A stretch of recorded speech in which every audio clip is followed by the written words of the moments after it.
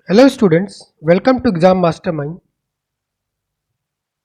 आज हम लोग डिस्कस करेंगे industrial dispute act 1947। Industrial dispute act क्यों आया था? इसकी ऑब्जेक्टिव क्या है? ऑब्जेक्टिव है to seek to create a mechanism for resolving conflicts and maintain healthy employer relationships. ठीक है, एम्प्लॉय और एम्प्लॉयर के बीच में हेल्दी रिलेशनशिप रहे, इसलिए इंडस्ट्रियल डिस्प्यूट एक्ट 1947 लाया गया। और क्या है? To promote industrial peace and harmony by establishing procedure for the settlement of dispute arising between employer and employee। ठीक है, कोई भी डिस्प्यूट हो रहा है एम्प्लॉयर और एम्प्लॉय के बीच में, ठीक है, उसको रिजॉल्व करने के लिए इंडस्ट्रियल डिस्प्यूट एक्ट लाया गया। इसकी एप्लीकेबिलिटी क्या है? The act applies to industrial establishment including factories. ठीक है, किसके लिए एप्लीकेबल है?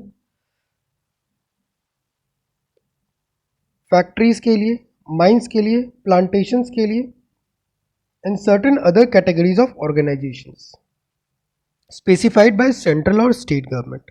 ठीक है, it covers both public as well as private sectors. ठीक है, पब्लिक सेक्टर के लिए भी एप्लीकेबल है, प्राइवेट सेक्टर के लिए भी एप्लीकेबल है। Now we will see definitions of industrial dispute. Definition क्या होती है इंडस्ट्रियल डिस्प्यूट की? कोई भी डिस्प्यूट हो, अगर वो एम्प्लॉय और एम्प्लॉयर के बीच में हो रहा हो या फिर एम्प्लॉय और एम्प्लॉय के भी बीच में हो रहा हो, तो वो इंडस्ट्रियल डिस्प्यूट के कैटेगरी में आएगा।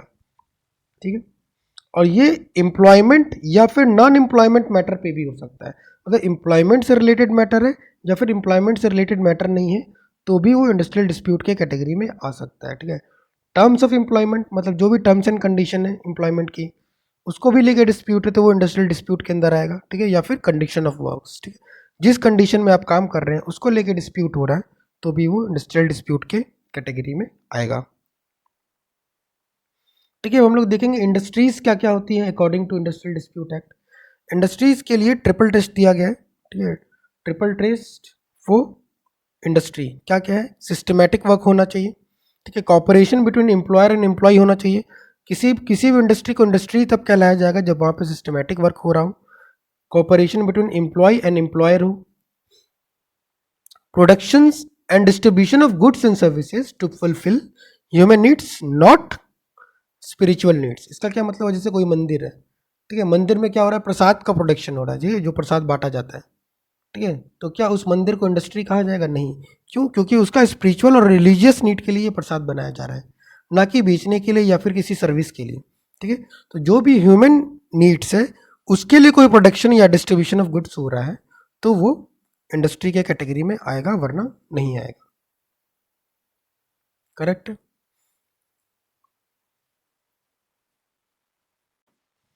Now we will see industrial dispute को रिजॉल्व कैसे किया जाए। ठीक है, इसको मैं एक लाइन ग्राफ से समझाता हूँ। कोई भी इंडस्ट्रियल डिस्प्यूट हो रहा है, ठीक है, उसको रिजॉल्व करने के लिए सबसे पहला जो प्रोसेस बोला बोला जाता है वो क्या होता है? Collective bargaining. कलेक्टिव बार्गेनिंग में क्या होता है? एम्प्लॉय और एम्प्लॉयर दोनों साथ बैठ के बार्गेन करते हैं कि तुम ये बात मान लो, मैं तुम्हारा ये बात मान लेता हूँ।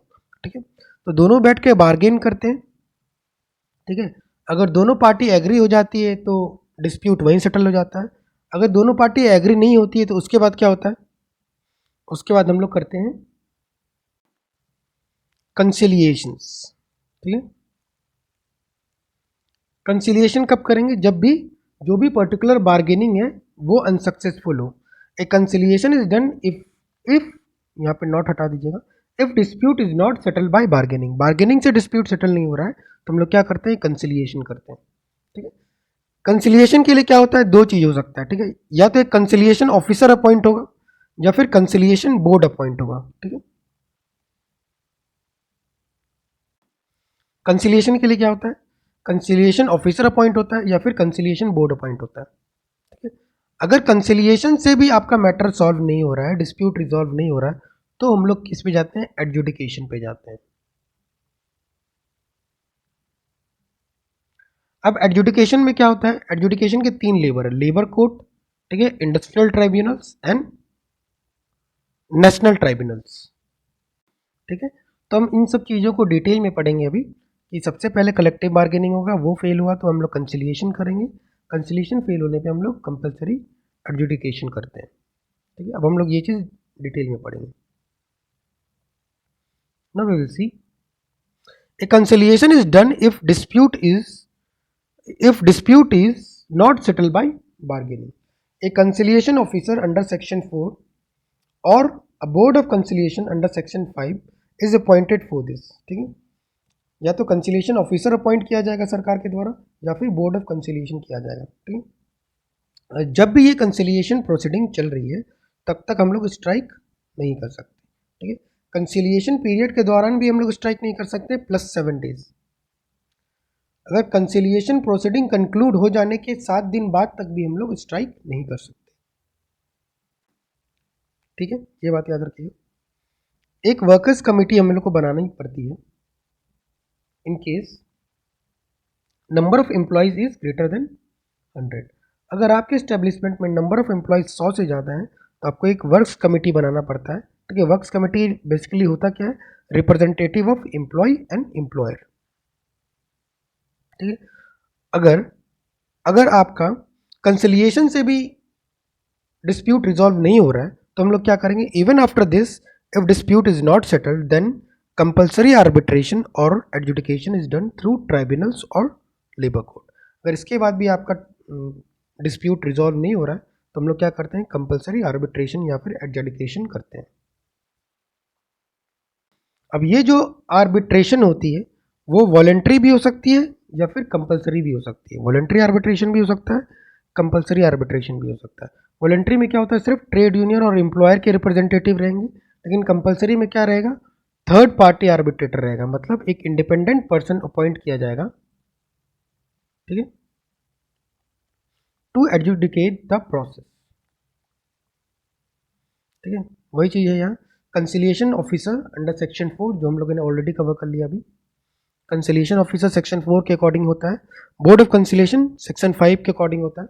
ठीक है, ये याद रखिएगा, कंसिलिएशन प्रोसेस जुडिशियल प्रोसेस नहीं है, ये क्या है, एडमिनिस्ट्रेटिव प्रोसेस है। ठीक है, मतलब ये कोई अवार्ड या फिर जजमेंट नहीं देगा। ठीक है, या कंसिलिएशन में ना ही अवार्ड दिया जाएगा ना ही जजमेंट दिया जाएगा, ये बेसिकली क्या है, एडमिनिस्ट्रेटिव प्रोसेस है। ठीक है, कंसिलिएशन ऑफिसर का अपॉइंट कौन करता है, अप्रोप्रिएट गवर्नमेंट। ठीक है, उसी तरह बोर्ड ऑफ कंसिलिएशन होता है, इसमें एक चेयरमैन रहेगा जो कि इंडिपेंडेंट रहेगा प्लस 2 और 4 मेंबर्स। ठीक है, ये जो मेंबर्स रहेंगे किसके रहेंगे, एम्प्लॉय के रहेंगे या फिर एम्प्लॉयर के रहेंगे। ठीक है, बोर्ड ऑफ कंसिलिएशन जो भी रिपोर्ट होगा वो सबमिट करेगा within 2 months to appropriate government. इसी तरह कोर्ट ऑफ इंक्वायरी भी होती है। ठीक है, court of inquiry under section 6 of the industrial dispute act. ठीक है, इसमें भी एक चेयरमैन रहेगा। देखिए, कंसिलिएशन से नहीं हो रहा, फिर हम लोग क्या कर रहे हैं, कोर्ट ऑफ इंक्वायरी बैठा रहे हैं। कोर्ट ऑफ इंक्वायरी भी क्या, ये भी एडमिनिस्ट्रेटिव प्रोसेस ही है, इसमें भी एक चेयरमैन रहेगा प्लस 2 या 2 से ज़्यादा मेंबर्स रहेंगे रिप्रेजेंटिंग एम्प्लॉय या फिर एम्प्लॉयर। ठीक है, इसमें जो रिपोर्ट होता है उसको सबमिट करने का ड्यूरेशन कितना होता है, 6 मंथ्स। ठीक है, लेकिन ये मैंडेटरी नहीं होता है, 6 मंथ से ज़्यादा भी ले सकता है, that is court of inquiry. ठीक है, अब इन सब से भी नहीं हो रहा था तो हम लोगों ने क्या पढ़ा था, अब क्या करते हैं हम लोग, एडजुडिकेशन में जाते हैं। एडजुडिकेशन में 3 चीज़ हमने पढ़ा था, क्या क्या, लेबर कोर्ट, इंडस्ट्रियल ट्रिब्यूनल्स या फिर labour tribunals and then third one is national tribunals. अब तीनों देखेंगे हम लोग क्या क्या है। लेबर कोर्ट अंडर सेक्शन 7 आता है इंडस्ट्रियल डिस्प्यूट एक्ट का, इसमें भी एक प्रिसाइडिंग ऑफिसर्स होते हैं। ठीक है, जिसका एज 65 ईयर्स से कम होगा। ये प्रिसाइडिंग ऑफिसर का क्वालिफिकेशन क्या है हम लोग देखेंगे, जज ऑफ हाई कोर्ट होने चाहिए या फिर हैज़ बीन अ डिस्ट्रिक्ट जज और एडिशनल डिस्ट्रिक्ट जज and pauses the qualification equivalent to the district जज। ठीक है, एक ये क्वालिफिकेशन हो गया कि वो या तो डिस्ट्रिक्ट जज होने चाहिए या तो एडिशनल डिस्ट्रिक्ट जज होने चाहिए, और उसका जो क्वालिफिकेशन है उसके बराबर के होने चाहिए। तीसरा क्वालिफिकेशन क्राइटेरिया क्या है, कोई भी जुडिशियल ऑफिस में कोई ऑफिसर है with the experience of 7 years then he is qualified for presiding officers in the labour court.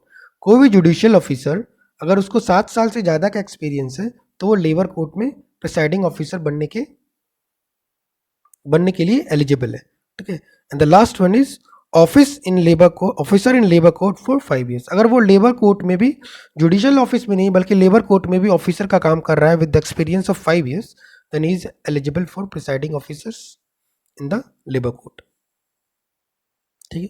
तो याद रखिएगा इसमें एक प्रिसाइडिंग ऑफिसर होते हैं। उसके बाद क्या होता है, डिस्प्यूट। उसके बाद आता है आपका लेबर ट्राइब्यूनल्स, ठीक है। This is under section 7A। Sections याद रखिएगा, ये सब इंपॉर्टेंट सेक्शन से एग्जाम में डायरेक्ट आ सकते हैं। इसमें भी एक प्रिसाइडिंग ऑफिसर रहेगा +2 एक्सेसर रहेगा। एक्सेसर मतलब जो भी उसका हेल्प करेगा प्रिसाइडिंग ऑफिसर का। इसके लिए भी एज क्राइटेरिया वही है, age should be less than 65 years, ठीक है। क्वालिफिकेशन क्या है, जज ऑफ ए हाई कोर्ट होना चाहिए। जो भी प्रिसाइडिंग ऑफिसर है उसका मिनिमम क्वालिफिकेशन क्या है, जज ऑफ हाई कोर्ट होना चाहिए, या फिर हैज़ बीन अ डिस्ट्रिक्ट जज और एडिशनल डिस्ट्रिक्ट जज and pauses the qualification equivalent to that of a district जज फॉर 3 ईयर्स। देखिए याद रखिएगा, पिछले लेबर कोर्ट में कोई एक्सपीरियंस नहीं मांगता था। इस केस में डिस्ट्रिक्ट जज वाले या फिर एडिशनल डिस्ट्रिक्ट जज के केस में कोई एक्सपीरियंस नहीं मांग रहा था, लेकिन लेबर ट्राइब्यूनल के केस में कितना एक्सपीरियंस है, 3 ईयर्स, ठीक है। तो this was about labour tribunals under section 7A। Now we will see national tribunals. National tribunals is defined under section 7B of industrial dispute act. Very important, ये तो बहुत ज़्यादा प्रोबेबिलिटी एग्जाम में आए कि सेक्शन 7B में national tribunals है। ये नेशनल लेवल के डिस्प्यूट देखेगा, ठीक है, या फिर एक या एक से ज़्यादा स्टेट में कोई भी डिस्प्यूट चल रहा है तो उसके लिए क्या किया जाएगा, अप्रोप्रिएट गवर्नमेंट नहीं बल्कि सेंट्रल गवर्नमेंट ही अपॉइंट करेगी क्या, नेशनल ट्रिब्यूनल्स, ठीक है।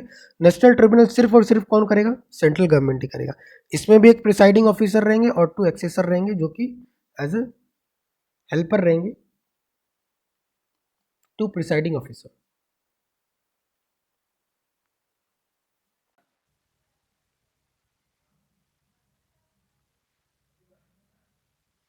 इसका क्वालिफिकेशन क्या है, सिर्फ और सिर्फ जज of high court can be the presiding officer in national tribunals, ठीक है। अब हम लोग देखेंगे पब्लिक यूटिलिटी की होती है। पब्लिक यूटिलिटी ऐसी सर्विसेज होती हैं, ठीक है, जो कि नॉर्मल पब्लिक ऑर्डर को मेंटेन करने के लिए बहुत जरूरी है। फॉर एग्जांपल इलेक्ट्रिसिटी, वाटर, ठीक है। अगर ये सब नहीं रहेंगे तो normal day to day life चलना बहुत मुश्किल हो जाएगा। तो ऐसे इंडस्ट्रीज को किसके अंदर डिफाइन किया गया है, पब्लिक यूटिलिटी के अंदर, ठीक है।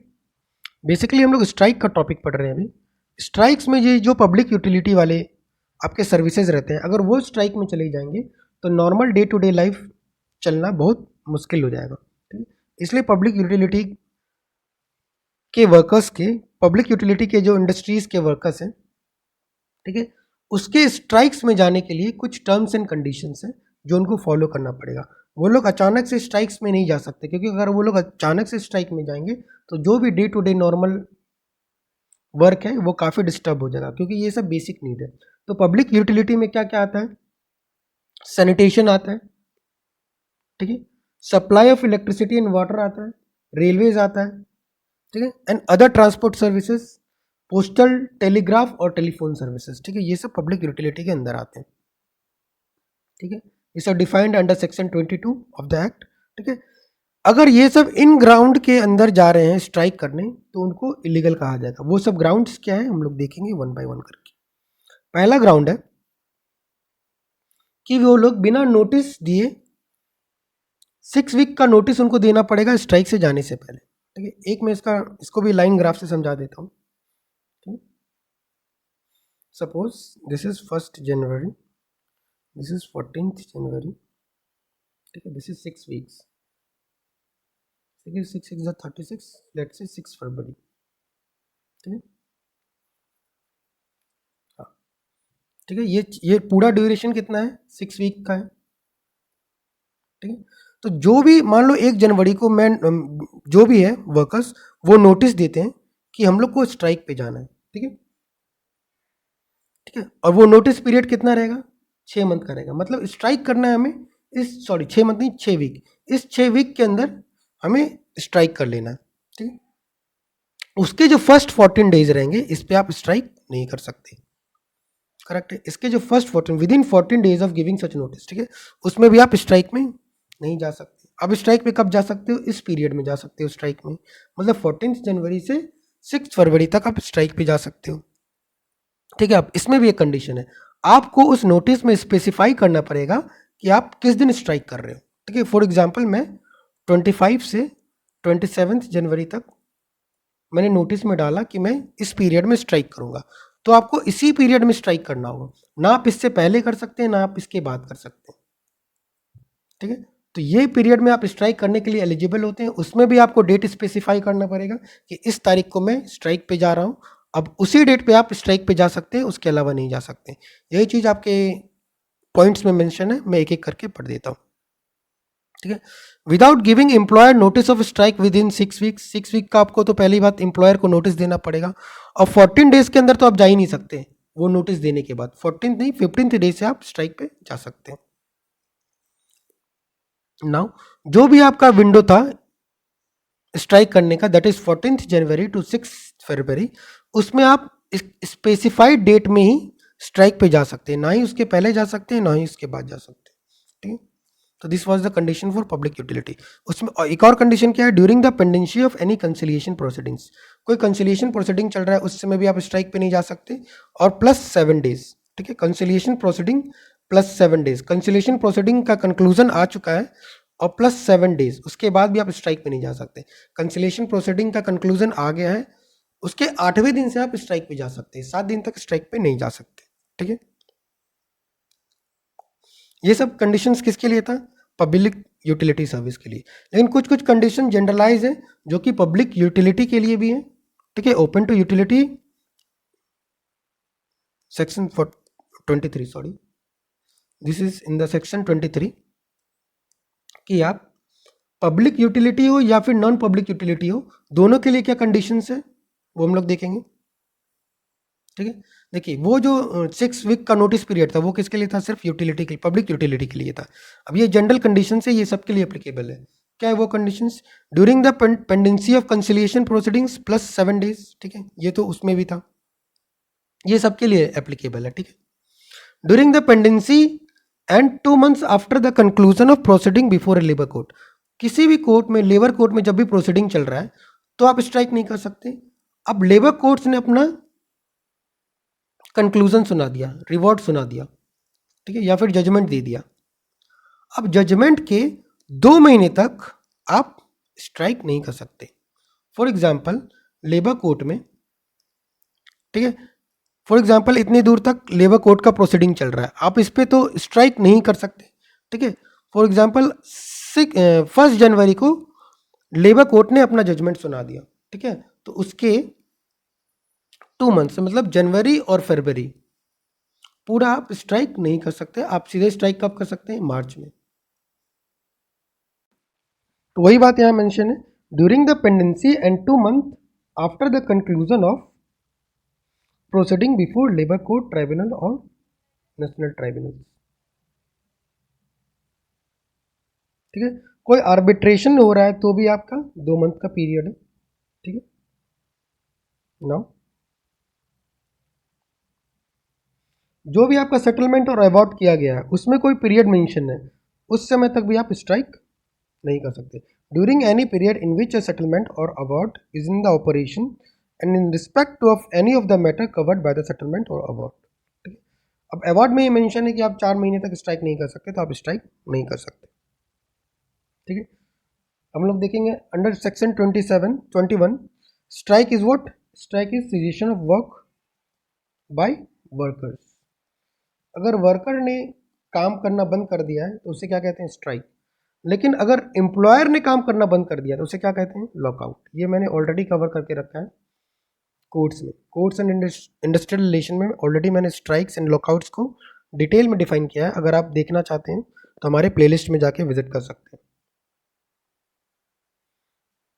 Now we will quickly cover the types of strikes, which is already covered in the previous lectures of Code on Industrial Relations.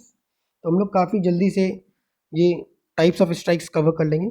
सबसे पहला टाइप है इकोनॉमिक स्ट्राइक। इकोनॉमिक स्ट्राइक क्या होता है कि जो भी इकोनॉमिक कंडीशंस के कारण स्ट्राइक किया जा रहा हो, जैसे वेज, ठीक है, वेज भी एक इकोनॉमिक कंडीशन है, या फिर अलाउंस, इन सब के कारण अगर स्ट्राइक हो रहा है तो वो क्या होता है? Economic strike. सिंपैथी स्ट्राइक क्या होता है?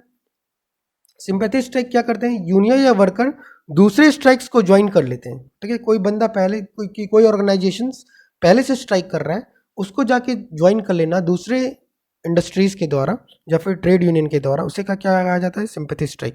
मतलब आप दूसरे से सिंपैथी खा के स्ट्राइक करने जा रहे हैं, ठीक है। तीसरा होता है जनरल स्ट्राइक, ये जनरली पॉलिटिकल होता है, ठीक है। रूलिंग पार्टी के अगेंस्ट होता है, जनरल मैटर या फिर कोई भी लॉ को इम्प्लीमेंट कराने के लिए किया जाता है, this is general strike. Sit down strike को क्या होता है, sit down strike is also known as pen down strike. मतलब आप काम पे तो आ रहे होंगे, ठीक है, एब्सेंट नहीं करेंगे, none of the workers stay absent, मतलब आप प्रेजेंट रहेंगे लेकिन आप कोई काम नहीं करेंगे, प्रेजेंट प्लस नो वर्क, ठीक है। This is what sit down strike. This is sit down strike is also known as pen down strike, याद रखिएगा। Pin down strike and sit down strike are basically the same things. Now we will see slow down strike. What is slow down strike? आप काम पे तो आएंगे लेकिन आप काम स्लो करने लगेंगे। फॉर एग्जाम्पल आप 25 यूनिट एक दिन में कुछ बना रहे हैं। फॉर एग्जाम्पल आप एक जीन्स मेकिंग कंपनी में काम करते हैं और आप 25 जीन्स रोज का बना रहे हैं, लेकिन आप जब स्ट्राइक कर रहे हैं, ठीक है, तो क्या कर रहे हैं, मात्र 5 जीन्स ही बना रहे हैं पर डे, ठीक है। तो this is known as slow down strike. मतलब आपने प्रोडक्शन का रेट क्या किया, स्लो कर दिया, इनडायरेक्टली एम्प्लॉयर के लिए आप लॉस करा रहे हैं, ठीक है। तो this is slow down strike. Hunger strike इस सिंपल नाम से ही क्लियर है, ठीक है, भूख हड़ताल पे चले जाना। वाइल्ड कैट स्ट्राइक क्या होता है, सडन होता है, ठीक है, without giving any consent of unions और अथॉरिटी। आप ना ही अथॉरिटी से कंसेंट ले रहे हैं, ना ही ट्रेड यूनियन से कंसेंट ले रहे हैं, सडनली कोई वर्कर्स स्ट्राइक पे चले जाता था, उसे क्या कहा जाता है, वाइल्ड कैट स्ट्राइक, ठीक है। यहाँ पे एक नोट है, labour falls under the concurrent list. याद रखिएगा, लेबर किसके अंदर आता है, कंकरेंट लिस्ट के अंदर आता है ऑफ द कॉन्स्टिट्यूशन। एक और पॉइंट है कि refuse to bargain is illegal. इसका क्या मतलब हुआ कि अगर बार्गेन करने से रिफ्यूज कर रहे हैं तो ये चीज़ इलीगल है, पहले आपको बार्गेनिंग करनी ही पड़ेगी, ठीक है। अगर आप बार्गेनिंग के लिए मना कर रहे हैं तो वो चीज़ इलीगल है। बार्गेनिंग नहीं कर पा रहे हैं तो आप कंसिलिएशन प्रोसीडिंग पे नहीं जा सकेंगे, सबसे पहले आपको बार्गेन करना ही पड़ेगा, ठीक है। Now we will see compensation and remedies, ठीक है। हाँ, कंपनसेशन एंड रेमेडीज आपको कब मिलेगा, अगर कोई भी इंडस्ट्री, ठीक है, आपको इनवैलिड मतलब इलीगली ले ऑफ कर रही है या फिर रिट्रेंच कर रही है या फिर बिना नोटिस दिए उस इंडस्ट्री को क्लोज कर दे रही है, तो उस केस में आपको कंपनसेशन या फिर वर्कर को कंपनसेशन या रेमेडीज मिलेगा। The act lay down the provisions for payment of compensations to workmen in case of layoff, retrenchment or closure of industrial establishment. It specifies the conditions and method, ठीक है। ये क्या specify करेगा, किस condition में आपको compensation दिया जाएगा या फिर मेथड कौन सा यूज होगा कंपनसेशन कैलकुलेट करने के लिए। The act also provides for reinstatement of workers in certain cases. अगर आपको इलीगली हटा दिया गया है जॉब से तो आपको वापस भी अपॉइंट किया जा सकता है,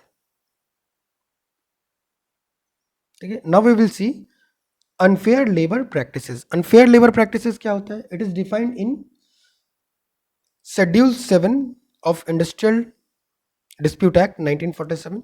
शेड्यूल 5 में डिफाइंड है अनफेयर लेबर प्रैक्टिसेस, ठीक है। कोई भी इंडस्ट्रीज अनफेयर लेबर प्रैक्टिसेस को प्रैक्टिस नहीं कर सकते। The act defines certain unfair labour practices that are prohibited, ठीक है। कुछ अनफेयर लेबर प्रैक्टिसेस हैं जिसको प्रोहिबिट किया गया है, सच एज डिस्क्रिमिनेशंस, ठीक है, coercions, interference with the right of workers, etc. It provides remedies and penalties for such practices, ठीक है। वर्कर्स को रेमेडी दिया जाएगा अगर अनफेयर लेबर प्रैक्टिस उसके साथ किया जा रहा है, और एम्प्लॉयर के साथ क्या किया जाएगा, पेनल्टी दिया जाएगा। एम्प्लॉय को फाइन देना पड़ेगा या फिर इम्प्रिजनमेंट भी हो सकता है in case of unfair labour practices.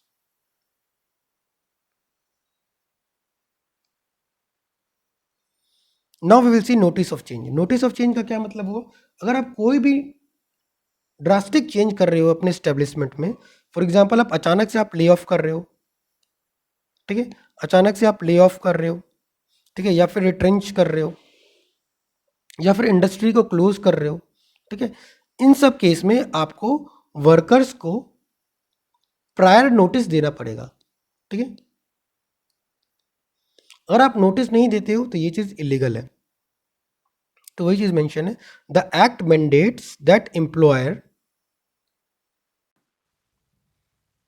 Provides advance notice to the workers and appropriate authority in case of certain specified changes in industries such as closure, retrenchment और change in work conditions। अगर work condition में भी आप change कर रहे हैं तो आपको पहले नोटिफाई करना पड़ेगा।